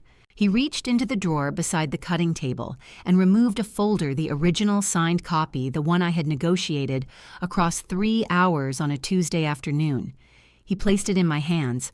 Tell me what you need at the gala, he said. Catherine had them on a conference call when I arrived at her office Wednesday afternoon. 2 board members separate calls 40 minutes apart, which told me everything about the nature of their panic. They hadn't coordinated. They had each arrived at the same conclusion independently and reached for the same phone. I sat across from Catherine's desk and listened. We want to be clear. The first voice said that we received this communication without solicitation. He was describing the equity distribution document, the handwritten table with 3 names and 3 percentage figures. Both men had received physical copies delivered by hand 2 weeks ago. They had held on to them apparently while deciding what to do. Receiving equity benefit from a fraudulently executed transaction, Catherine said, exposes recipients to civil liability regardless of intent. In cases where a court finds willful blindness, meaning you had reason to question the legitimacy of an offer and chose not to the exposure, increases substantially. Willful blindness is a legal standard meaning that a person deliberately avoided learning facts that would have made their actions clearly illegal. Courts treat it similarly to actual knowledge you cannot protect yourself simply by choosing not to ask questions when the answers would have been obvious. Silence on the line. What do we need to do? The second voice said. The question of a man doing arithmetic on his own risk. A sworn statement, Catherine said, that you were approached, that equity was offered contingent on a board vote, and that you did not agree to participate. Done, the first voice said. Too quickly. The speed of someone who had been waiting for an exit. I leaned forward. One question. When Daniel spoke to you, what did he tell you about my decision? A pause. He said you would agree voluntarily before Thursday, that by the time the resolution came to a vote, it would already be settled. I looked at Catherine. She looked back at me without expression, which was her version of alarm. Today was Wednesday. Daniel had told his allies Thursday. He had given them a deadline he had never mentioned to me, which meant tomorrow, when I hadn't agreed, the voluntary narrative would end and the forced one would begin. The resolution. The letter. The vote. Everything I had built over 8 days needed to hold for 48 more hours. Friday, I said. Make sure both statements are signed and filed before Friday evening. Catherine nodded once. On the phone, both men agreed with the eagerness of people grateful to be on the right side of something before it was too late to choose. I stood up, thanked them without warmth, and left. Outside, the evening air was cold, and the street was ordinary and completely indifferent to everything that was about to happen inside a hotel ballroom in 2 days. Thursday passed like a held breath. I arrived at the office at 7:40, answered emails, ran 2 supplier check-in calls, and reviewed the final gala guest list that my assistant had prepared. I did not contact Daniel. I did not mention the conversation from Tuesday morning. I gave him nothing. No confirmation, no refusal, no signal of any kind. And let the silence do exactly what silence does to a person who is waiting for an answer they believe is already decided. At noon, I had lunch at my desk. At 2, I signed off on the holiday floor sets for the Northeast region. At 4:15, I called Catherine and confirmed that both board member statements had been filed and time-stamped. She said yes. I said good. We spoke for less than 3 minutes. By 6 o'clock, I had made 6 calls that Daniel did not know about and taken 4 meetings that did not appear on my shared calendar. Every piece was in place. Every person who needed to be somewhere on Friday evening knew where to stand and when. I drove home at 6:30. Daniel was in the kitchen. He had made dinner something that required actual effort, which told me he was managing his own anxiety the same way he always had through the appearance of normalcy. We sat across from each other and ate without discussing anything important. The weather. A film he had seen mentioned in a review. The ordinary furniture of a conversation between 2 people who are not saying what they mean. At 9 o'clock, he set down his fork. "Have you thought any more about what we discussed?" I looked at him across the table. The man who had chosen Sarah's wedding morning, the man who had trained an AI on my voice and called it a security measure, the man who had written the ending 8 months ago and spent every day since building the story around it. "I want to go to the gala," I said. "I want to say goodbye to people myself, in person." I paused. I think I owe them that. Something moved through his face relief, and beneath it the specific satisfaction of a person who believes they have finally won something they worked very hard to take. "Of course," he said. "That's exactly right." He reached for his phone the moment he thought I wasn't looking. I was always looking. I had placed 6 calls today that he knew nothing about. Tomorrow evening, every one of those calls would walk through the door of the same ballroom. Martin called at 10:23 Friday morning. I was in my office dressed for the gala that evening, running through my final checklist, when his name appeared on my personal cell. I answered before the second ring. "They came to the mill this morning." His voice was tight in the way of a man trying to stay calm about something that was making him anything but. 2 of them, Hargrove's people. They had a check certified made out to the mill 60% of next year's projected contract value. They put it on my cutting table. What did they say? "Sign an exclusivity agreement before 5 o'clock today or the offer expires." No extensions. They said the window closes when the gala starts. A pause. "Eleanor, the number on that check would cover my bank debt with $40,000 left over." I looked at my watch. 10:26. The gala began at 7. 6.5 hours. "Have you signed anything?" I said. "No, but I need you to understand what I'm telling you. This isn't a negotiating position. I have 3 months before the bank calls the note. If I miss that payment—" He stopped. "I built this mill for 31 years. My father built it before me." "I know," I said. "Martin, I need you to give me until noon. Just noon. Can you do that?" A long silence. "Noon," he said. "Then I have to decide." I ended the call and immediately dialed Catherine. "I need a bridge loan from my personal account," I said. "Today, enough to cover 60% of Martin Hayes' annual contract with the mill. I need it transferred to an escrow account he can access before noon." "Eleanor," her voice was careful, "that account is your retirement fund." "I know what it is." "You'd be liquidating a significant portion." "Catherine," I kept my voice even, "I spent 31 years building something. So did he. Process the transfer." A pause. "I'll have it done by 11:30. I set the phone down. Outside my window, the city was moving through an ordinary Friday morning, completely unaware that in 9 hours, a ballroom full of people was going to learn something important about what happens when you try to dismantle what someone else built with their hands. The retirement fund could be rebuilt. Some things once lost could not. The dressing room at the venue was small and warm with the kind of lighting that makes everything look deliberate. I could hear the event through the wall glasses' voices, the low orchestral arrangement the coordinator had chosen for the reception hour. I had arrived 40 minutes early. Old habit, never walk into a room you haven't had time to think in. The dress was navy. The same color as the swatch I had been holding in my kitchen 8 days ago, the morning everything changed. I had chosen it 3 months ago for the brand's holiday showcase, a color I had described in the design brief as confident without announcement. I thought that was still accurate. Marcus knocked at 6:42. He stepped inside and closed the door quietly behind him. He was in a dark suit, press credentials on his lapel, his cover for the evening arranged through the bank's legal team. "Everything is in place," he said. "Chain of custody package is with our legal representative in the building. Certified copies, time-stamped log voice print analysis report. The warrant for the RM was approved this afternoon. He'll be apprehended after the event unless something changes inside." "It won't," I said. "2 bank representatives are in the room as guests. If anything needs to be authenticated on the spot, they can do it." He paused. "Martin Hayes confirmed he's here. Your attorney is at table 9. The IT log has been submitted to the chain of custody record." I looked at him in the mirror. "Thank you, Mr. Webb, for calling me directly that Monday morning." He considered that for a moment. "You made it easy," he said.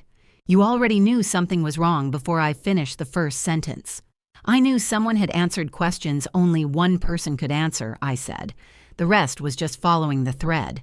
He nodded once and moved toward the door. "When do you want to move?" I thought about Daniel at the microphone. Daniel with his prepared remarks and his signing ceremony and his trade press and his buyer seated at the front table. Daniel, who had spent 8 months building something he believed was finished.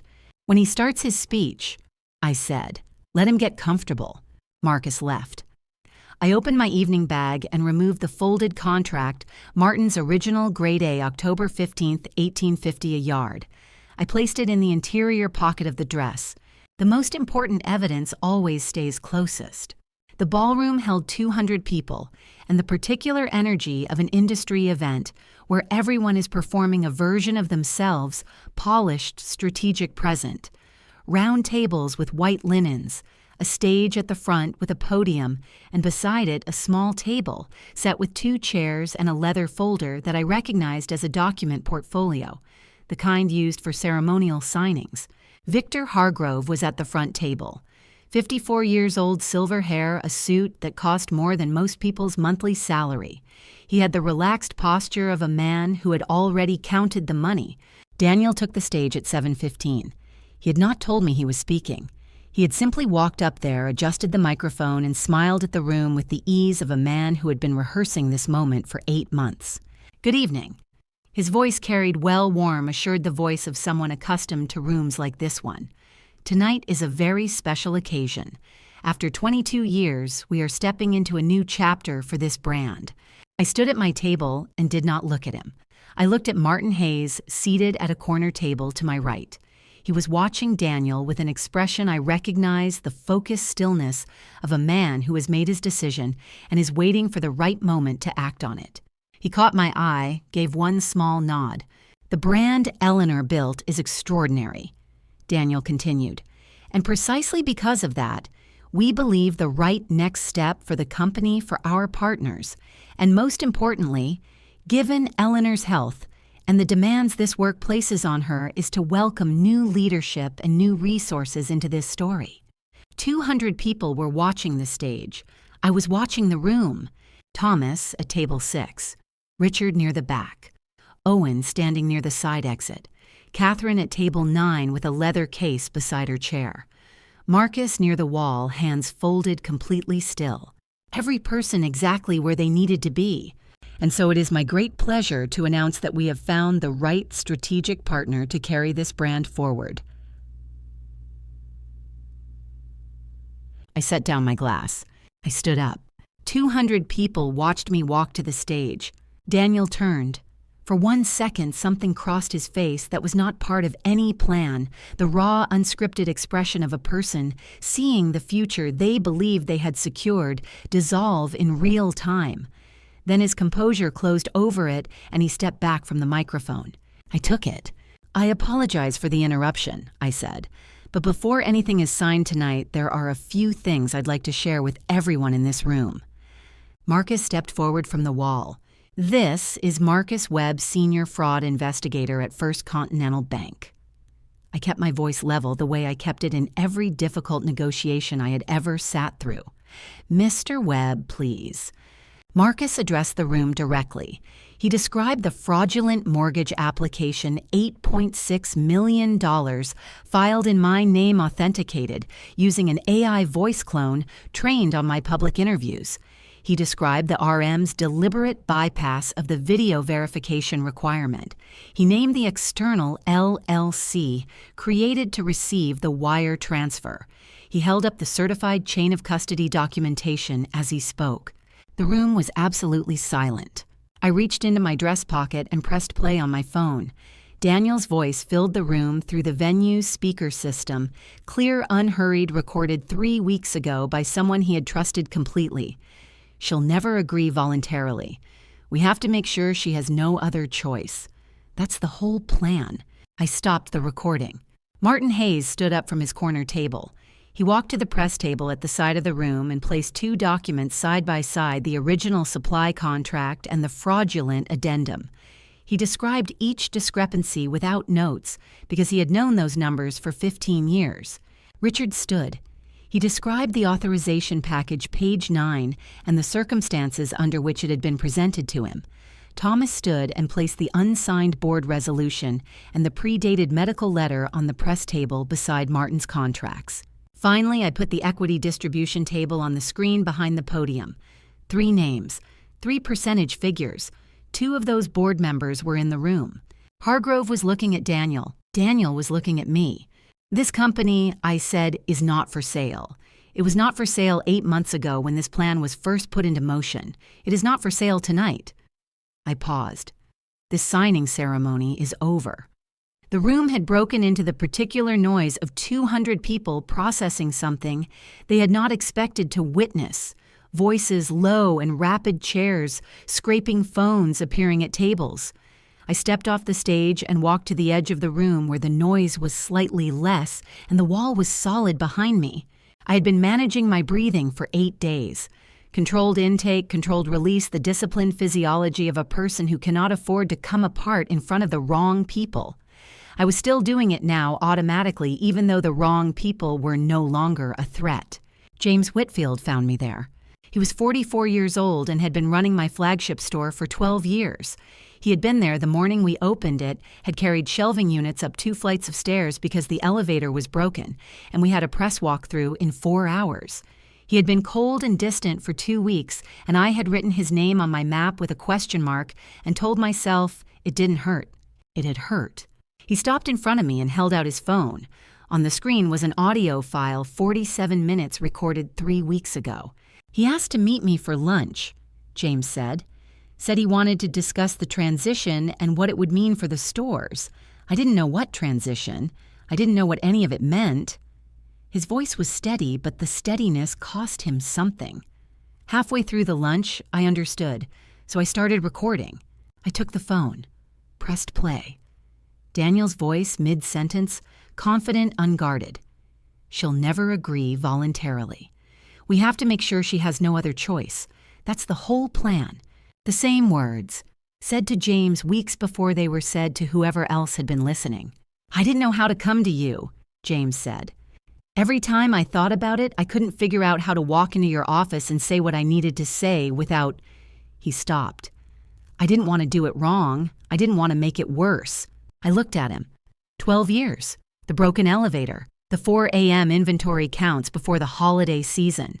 The morning the flagship hit its first million in monthly revenue, and he had called me before he told anyone else. You did it right, I said. My voice came out differently than I intended. Not steady, not controlled. For the first time in 8 days, I stopped managing it. I heard him before I saw him. Victor Hargrove moved through a room the way men who have never been told no tend to move, with the assumption that the space will accommodate them. He was headed for the exit leather document portfolio, still under his arm, the signing folder that had been prepared for a transaction that was not going to happen. He passed within 3 feet of me. He stopped. I waited. I had nothing to say to Victor Hargrove and no particular interest in hearing what he had decided to say to me. But I had learned in 30 years of negotiations that the most useful thing you can sometimes do is simply stand still and let the other person speak into the silence. Impressive, he said. Not an apology. not an explanation. One word delivered with the particular register of a man who respects competence, even when it has just cost him something significant. Then he adjusted the portfolio under his arm and continued toward the exit without looking back. I watched him go. There would be consequences for Hargrove Collective in the trade press. The story of a CEO who had arrived at a gala expecting to close an acquisition and left before the canapes were cleared was not a story that would stay quiet. Victor Hargrove knew this. He had calculated it on his way to the door and decided it was the price of the evening. Men like him always had a next move. That was not my concern. What was happening behind me was, I turned. Near the side entrance, Marcus Webb was standing with two men I recognized as the bank's legal representatives, and a third man I had never seen in person, but whose name I knew from the chain of custody documentation, the relationship manager who had typed VIP client pre-verified and pressed enter on a transaction. He had no authorization to approve. Marcus was speaking quietly and clearly. The RM's face was the color of old paper. I had read enough legal proceedings to recognize the cadence of a Miranda warning being delivered, the measured pace, the careful enunciation of each right, the specific formality of language designed to be recalled precisely in a courtroom. Miranda rights are the legal warnings police and law enforcement must give a person before questioning them in custody, including the right to remain silent and the right to an attorney. Delivering them correctly is a procedural requirement. Any failure to do so can affect whether statements made afterward are admissible as evidence. It was the sound of something ending correctly. I turned back toward the room. Daniel was no longer on the stage. I would deal with that tomorrow and the day after and in all the measured, documented, procedurally correct ways that the next chapter required. Tonight was finished. The bank's legal representative had arranged for an after-hours meeting at the main branch, a courtesy extended to fraud victims whose cases required immediate protective action before the weekend. The lobby was empty, except for 3 people in suits and a security guard who had been briefed to expect us. Marcus walked me through the documentation without rushing. Every form had already been prepared, his work done in advance, the same way I had learned to do my own work across 30 years of not wanting to be caught unprepared. I signed the formal fraud report at 10:47 p.m. The pen felt different from every other pen I had used in the last 8 days, not a performance, not a record for my own protection, but a statement made in my own name, for my own account, on my own terms. The mortgage application is frozen effective immediately, the legal representative said. Closing is suspended indefinitely pending investigation. The escrow funds cannot be moved by any party. The LLC, I said. Voss Capital Management, LLC. The account receiving the wire transfer has been flagged and frozen. The $480,000 has not cleared. It won't. He paused. The RM has been placed on administrative suspension pending the outcome of the criminal referral. That process was initiated tonight. I nodded, and the investigation timeline. Financial fraud of this scale typically moves through federal channels, Marcus said. Months, not weeks. But the protective measures, the account freezes the suspension, those are effective now, tonight. I looked at the documents in front of me. 8 days of work reduced to signatures on paper. That was how it always ended, not with the drama of a ballroom reveal, but with paperwork in a quiet room at 11 o'clock at night. Thank you, I said to Marcus, for all of it. He looked at me with the measured expression I had come to associate with him, careful, precise, genuinely invested in the outcome, in a way that went beyond professional obligation. You did the work, he said. I just made sure the documentation held. Outside, the city was cold and indifferent, and exactly what I needed it to be. I sat in the back of a taxi and looked at my phone.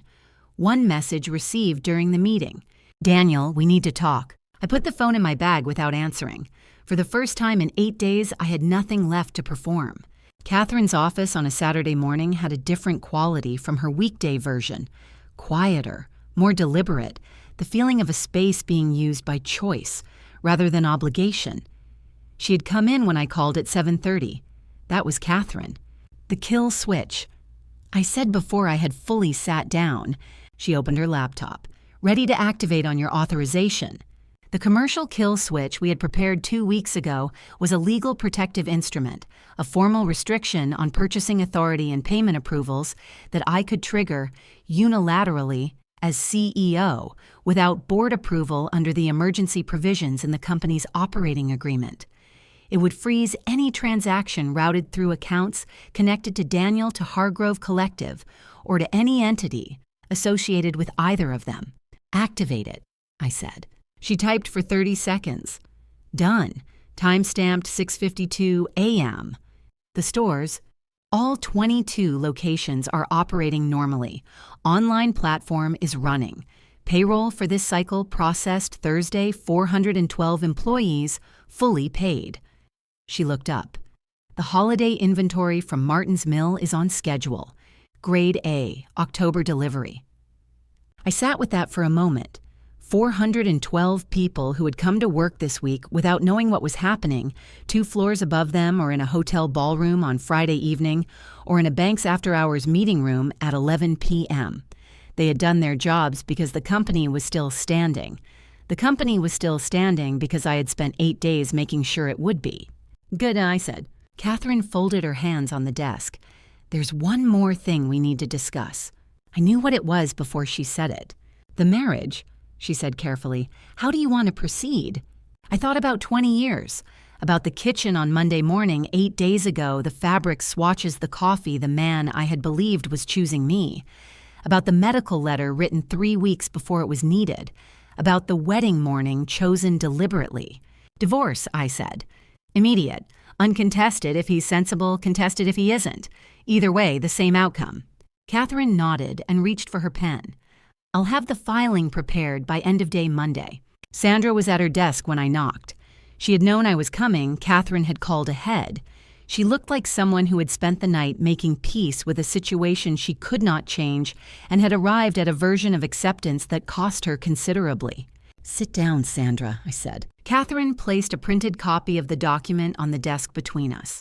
CEO_transition_statement_draft _V3.docx, printed in full 13 pages, every carefully crafted paragraph of narrative about a CEO whose declining health necessitated a leadership transition. Sandra looked at it without touching it. I want you to know I didn't understand the full scope of what I was building, she said. I believe you, I said. You're very good at what you do. Good enough that someone knew exactly what to ask you to write. She looked up.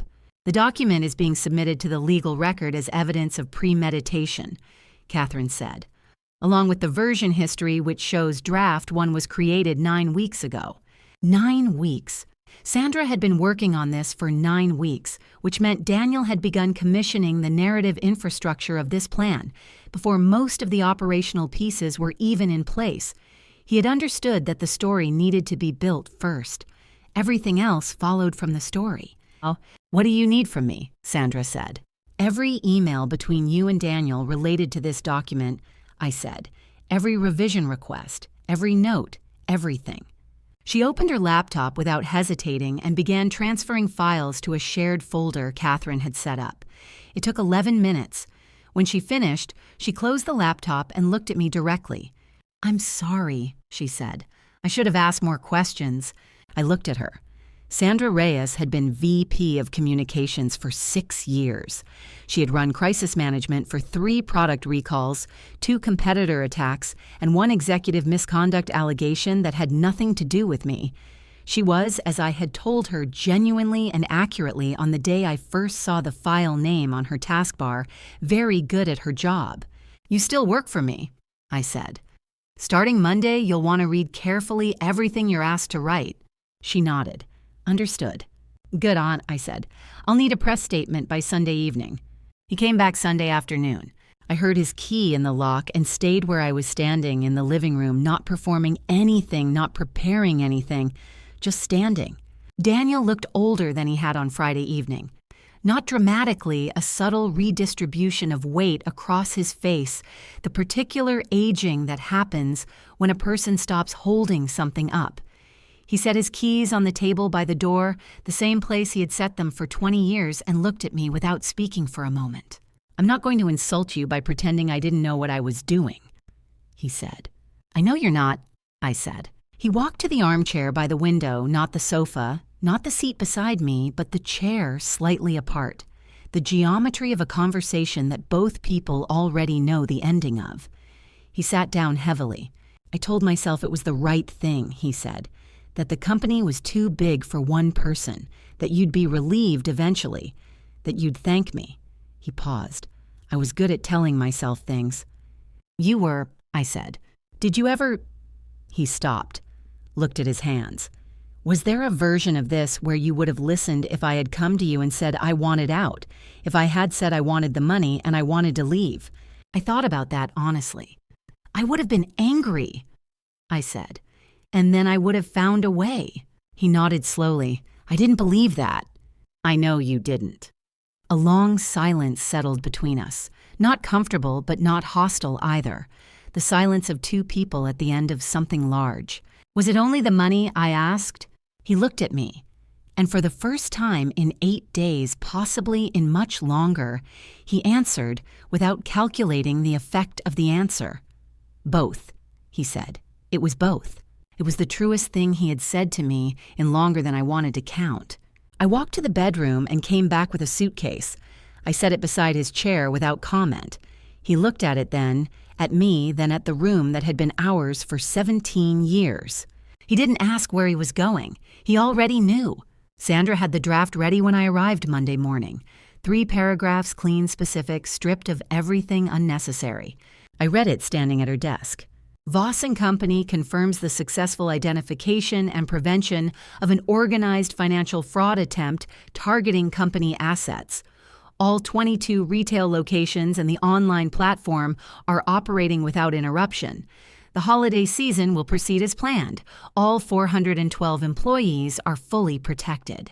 The company has cooperated fully with First Continental Bank's Fraud Investigation Division and relevant law enforcement authorities. Documentation has been submitted through appropriate legal channels. No further statement will be made regarding the ongoing investigation. Voss & Company remains committed to its suppliers, customers, and staff. The brand spring collection will be presented as scheduled." I set the paper down. No mention of Daniel.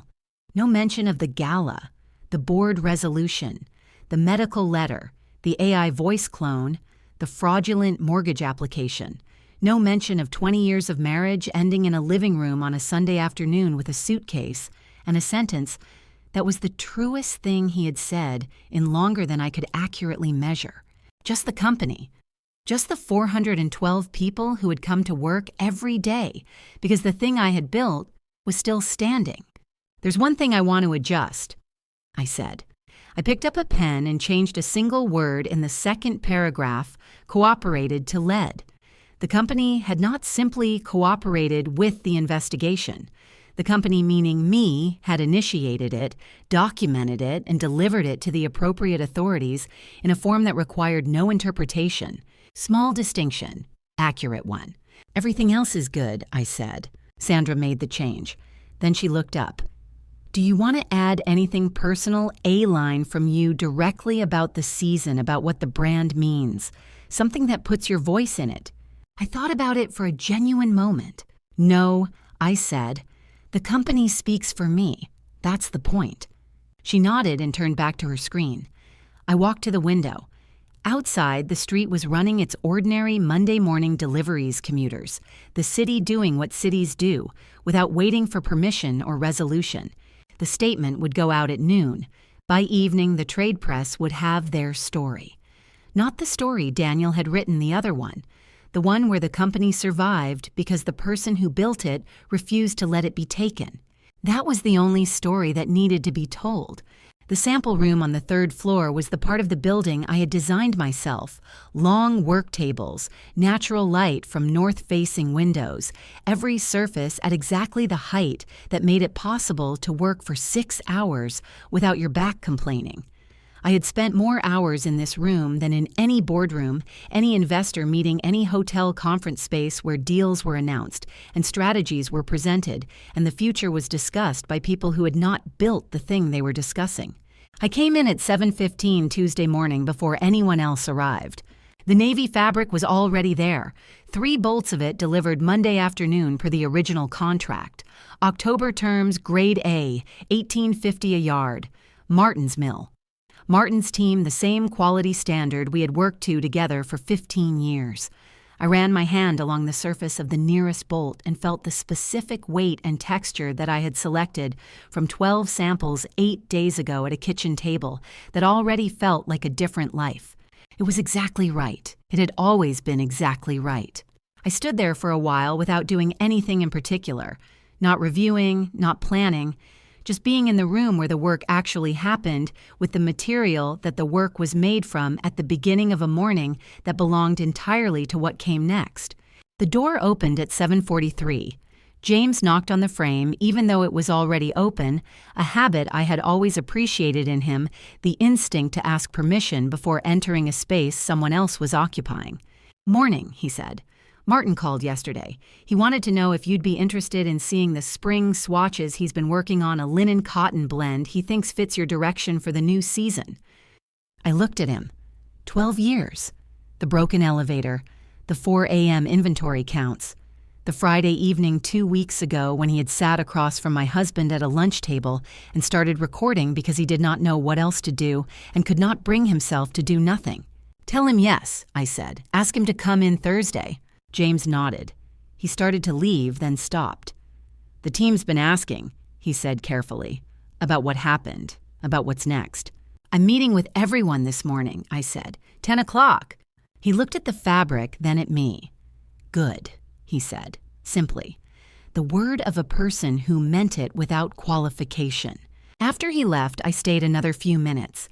The bolts of navy fabric lined up against the wall, the light coming through the north windows, at the angle I had planned when I drew the room the quiet of a building that was still here because someone had paid attention.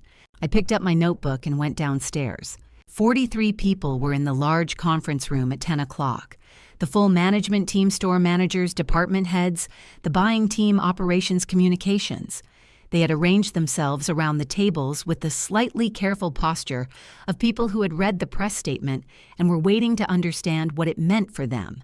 I stood at the front of the room without notes. "I'm not going to talk about what happened last week in detail," I said. "You've read the statement. The investigation is ongoing, and I'm not going to discuss it further in this setting." I paused. "What I am going to talk about is what changes starting today."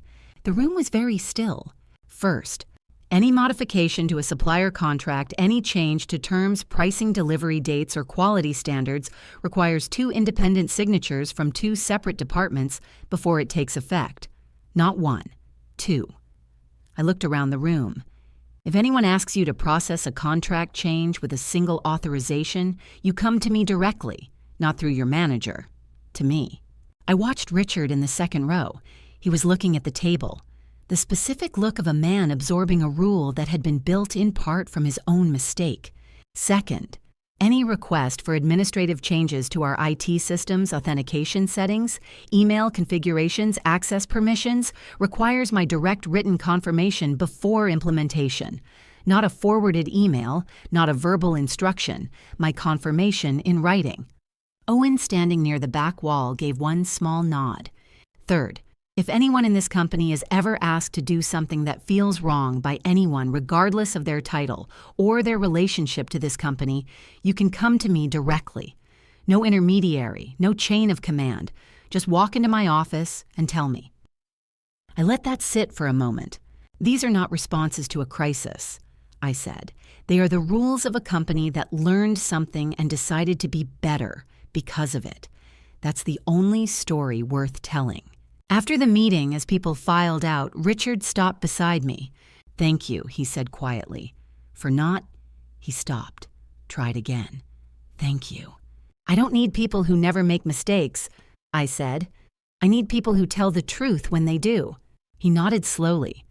For the first time in 2 weeks, when he looked at me, I believed what I saw in his face. Everyone had gone home by 7:30. The building had the particular silence of a place that has been full of people all day and is now returning to itself, not empty, just resting.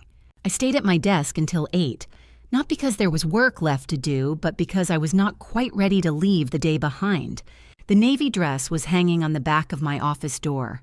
I had brought it in Monday morning without fully deciding why. Some instinct to keep it close, a little longer, the way you keep a tool that performed well within reach even after the job is done.